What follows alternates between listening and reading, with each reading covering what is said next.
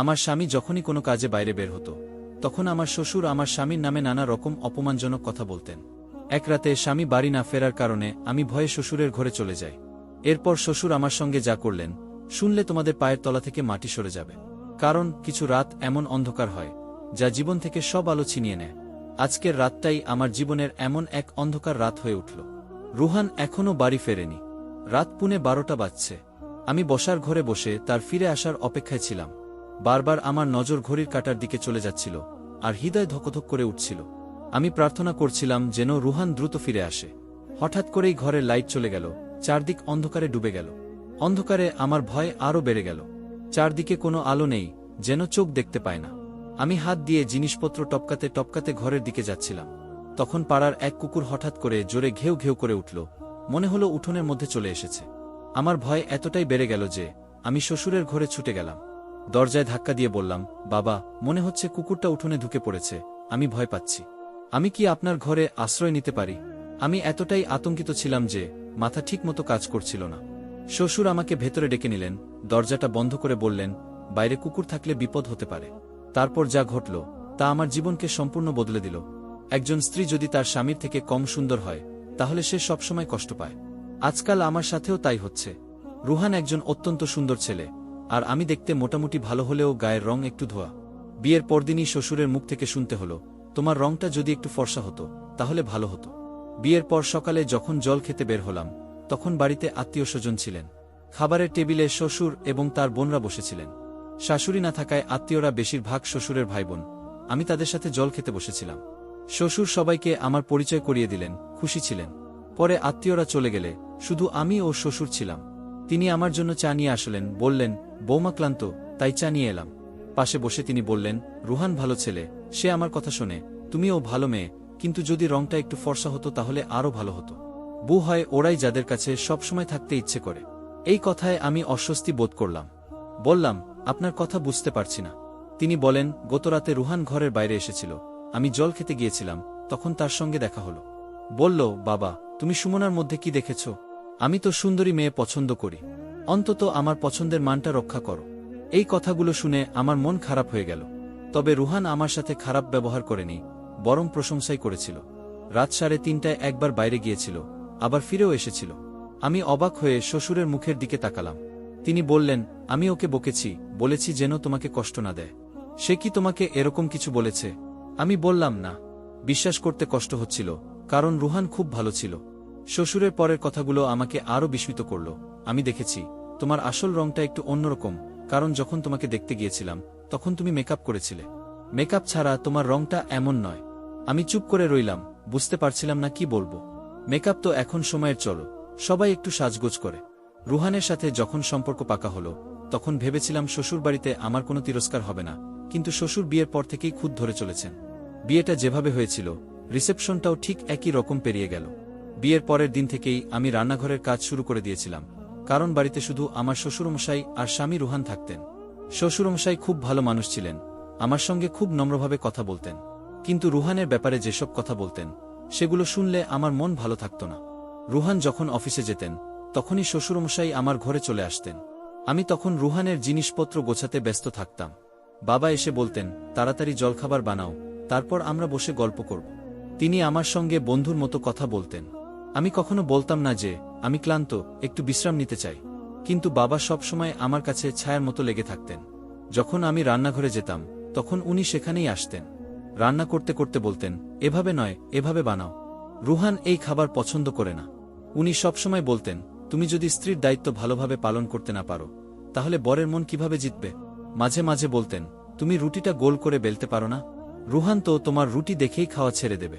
যদি কেউ সবসময় কারোর ওপর চাপ সৃষ্টি করে তাহলে একসময় সেটা বিরক্তিকর হয়ে ওঠে। আমিও বাবার ওপর বিরক্ত হতে শুরু করেছিলাম। একদিন এমন ঘটনা ঘটল যা আমাকে আরও বেশি কষ্ট দিল। শ্বশুরমশাই বললেন, রুহান তোমাকে কোথাও ঘুরতে নিয়ে যাবে না, কিন্তু আমি জানি তোমারও ঘুরতে যাওয়ার ইচ্ছা আছে। তুমিও অনেক স্বপ্ন নিয়ে এসেছো এই বাড়িতে, তাই চলো, আমি তোমাকে নিয়ে ঘুরতে যাব, শপিং করব। বাবা আমাকে শাশুড়ির মতোই ভাবতেন, সব কাজের ভুল ধরতেন, বলতেন রুহানের এটা পছন্দ হয় না, ওটা পছন্দ হয় না। আমি বাজারে যেতে চাইনি, বললাম আজ যাবে না, কিন্তু উনি জোর করে আমাকে নিয়ে গেলেন। মলে গিয়েছিলাম, আমি কালো রঙের একটা স্যুট পছন্দ করেছিলাম। কিন্তু বাবা বললেন, এই রংটা তোমার গায়ে ঠিক মানায় না, হালকা রং পরো। উনি আমার জন্য হালকা রঙের স্যুট বেছে নিলেন, যা আমার একদম পছন্দ ছিল না। আমি চুপ করে সেখান থেকে বেরিয়ে এলাম।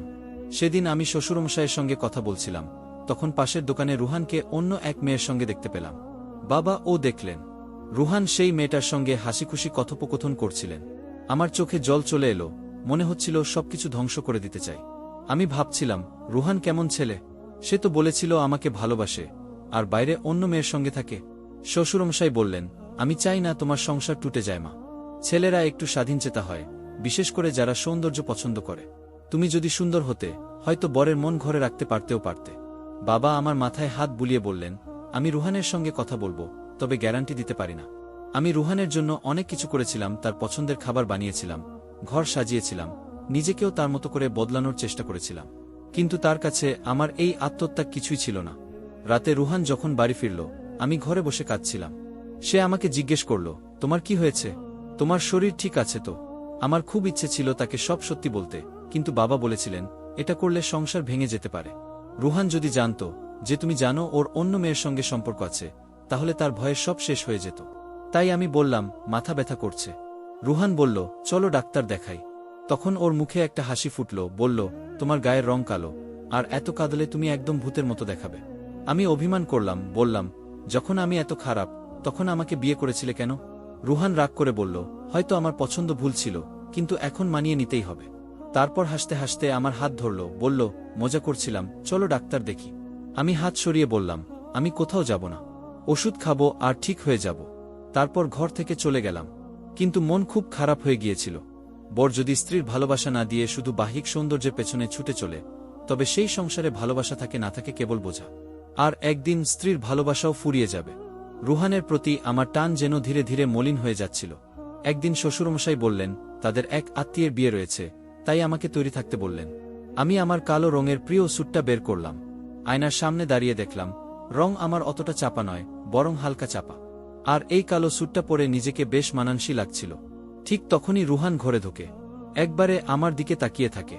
তার চোখে একটা দৃষ্টিভঙ্গি, যেন আমি তার চোখে ভালো লেগে গেছি। কিন্তু মুহূর্তের মধ্যেই সে সেই বিভ্রমটা ভেঙে দেয়। সে ঠাট্টার ছলে বলে, তুমি যতই সাজো, আমার মতো দেখতে সুন্দর তুমি কখনোই হতে পারবে না। বলেই হঠাৎ করে আমাকে জড়িয়ে ধরে আয়নার সামনে নিয়ে যায়। মুহূর্তেই মনে হলো, আমি যা ভাবছিলাম তা ভুল। যে সাজে আমি এতটা সময় দিয়েছি, সে সাজ রুহানের চোখে শুধু হাস্যকর। রুহান চলে গেলে আমি রেগে গিয়েছিলাম। নিজের গয়নাগুলো খুলে ফেললাম। একটা টিস্যু নিয়ে মেকআপ মুছতে শুরু করলাম। তখন রুহান আবার ফিরে এসে একটু গম্ভীর হয়ে জিজ্ঞেস করল, সুমনা, তুমি এটা কি করছো? আমাদের তো অনেক দেরি হয়ে যাচ্ছে। আমি ঠান্ডা গলায় বললাম, আমি কোথাও যাচ্ছি না। রুহান একটু বিরক্ত হয়ে বলল, তুমি এমন করছো কেন? এত সামান্য একটা কথা নিয়ে এমন করছো? আমি বললাম, তোমার পাশে মানাবে না আমাকে।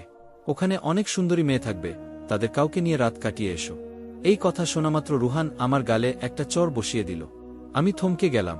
এই আচরণ রুহানের কাছ থেকে আশা করিনি। সে চিৎকার করে বলল, এসব কি বলছো তুমি?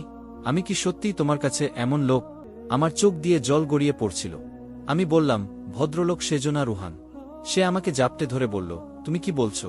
আমি তোমার চরিত্র নিয়ে কথা তুলতে পারি না? আমি তোমার অনেক কিছু জানি। এই কথা শুনে যেন আমার মাথায় বাজ পড়ল। আমি ধাক্কা দিয়ে বললাম, রুহান, আমাকে ছেড়ে দাও, ব্যথা পাচ্ছি। সে বলল, আর ধৈর্যের পরীক্ষা নিও না, 5 মিনিট সময় দিচ্ছি, তৈরি হয়ে বাইরে এসো। ঠিক তখনই দরজায় জোরে ধাক্কা পড়ে।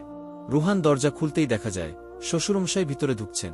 তিনি বলেন, তোমরা কি করছো এসব? সারা বাড়ি জুড়ে গলা উঠছে।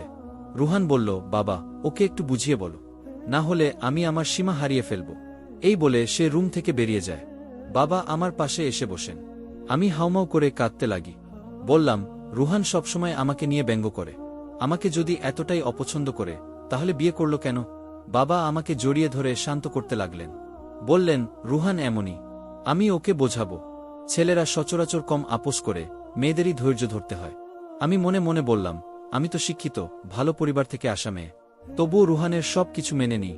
তাও যদি ও শুধু আমার দোষী খুঁজে বেড়ায়, আমি আর কি করতে পারি? বাবা বললেন, এখন তুমি তৈরি হয়ে নাও, না হলে ঝামেলা বাড়বে। আমি চুপচাপ আবার তৈরি হয়ে নিলাম। বিয়ের বাড়িতে গিয়ে এক কোণে বসে থাকলাম। রুহান মাঝে মাঝে তাকাচ্ছিল, কিন্তু কোনো কথা বলেনি। এরপর কয়েকদিন আমরা একে অপরের সঙ্গে কোনো কথা বলিনি। একদিন হঠাৎ করে বাড়ির দরজায় কেউ কড়া নাড়ে। বাবা তখন ঘরে ছিলেন না, তাই আমি দরজা খুললাম। এক তরুণ ছেলে দাঁড়িয়ে বলল, সলিম চাচা আছেন? আমি বললাম, হ্যাঁ, ভিতরে আছেন। সে বলল, উনি আমায় ডেকেছেন। আমি তাকে ভিতরে আসতে দিলাম এবং বাবার ঘরটা দেখিয়ে দিলাম। কিন্তু তখনই আমি হতবাক। দেখি, সামনের গলি দিয়ে বাবা বাড়ির দিকে আসছেন। তাহলে যদি বাবা বাড়িতে না ছিলেন, এই ছেলেটা তাহলে কার ডাকে এলো? আমি ছেলেটাকে জিজ্ঞেস করলাম, তুমি কেন এলে? সে বলল, সলিম চাচা আমাকে আসতে বলেছেন। আমি বললাম, তুমি মিথ্যে বলছো। বাবা তো এখন রাস্তায় থেকে ফিরছেন। এই কথা বলতেই বাবা দরজায় এসে হাজির। ছেলেটা বাবাকে দেখেই দৌড়ে পালিয়ে গেল। বাবা বিস্মিত হয়ে আমার দিকে তাকিয়ে বললেন, ছেলেটাকে এখানে কেন এসেছিল?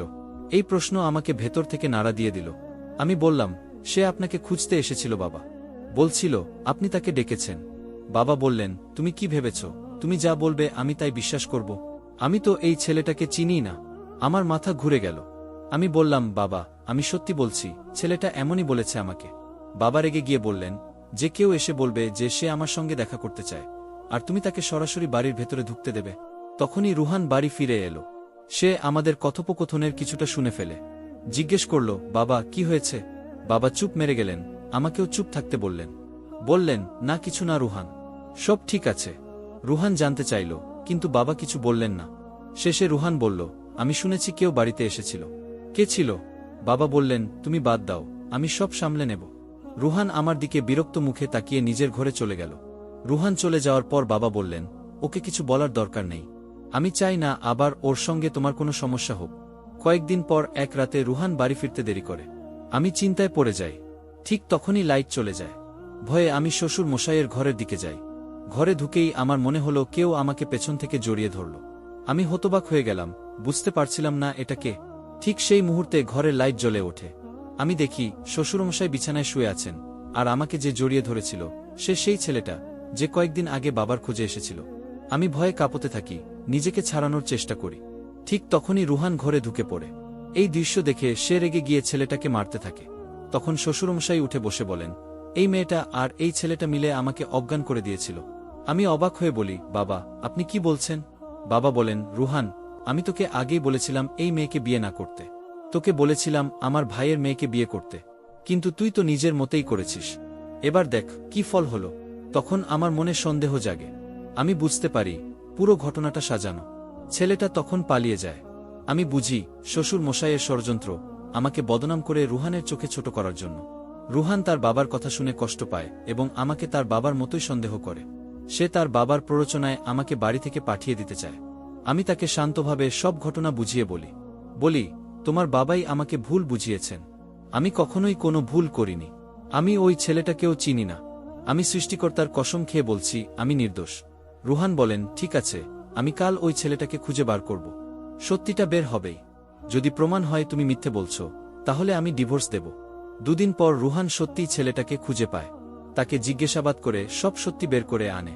ছেলেটা স্বীকার করে আমার শ্বশুরমশাই তাকে টাকা দিয়ে পাঠিয়েছিল আমাকে ফাঁসানোর জন্য। রুহান সব শুনে স্তব্ধ হয়ে যায়। সে জানায়, এক বন্ধুর বিয়েতে আমাকে প্রথম দেখে তার ভালো লেগে যায়। তাই বাবাকে অনুরোধ করেছিল আমার বাড়িতে প্রস্তাব পাঠাতে। কিন্তু শ্বশুরমশাই চেয়েছিলেন রুহান তার ভাইয়ের মেয়েকে বিয়ে করুক। এই কারণেই তিনি এত বড় ষড়যন্ত্র করেছিলেন। কে বলে শুধু শাশুড়িরাই বউয়ের বিরুদ্ধে ষড়যন্ত্র করে, কিছু কিছু শ্বশুরও এমন কাজ করে থাকেন। এরপর থেকে আমি আর রুহান অনেক ভালো থাকি। গল্পটি যদি আপনাদের ভালো লেগে থাকে তাহলে লাইক, কমেন্ট, শেয়ার ও সাবস্ক্রাইব করে পাশেই থাকবেন। ধন্যবাদ সবাইকে গল্পটা শোনার জন্য।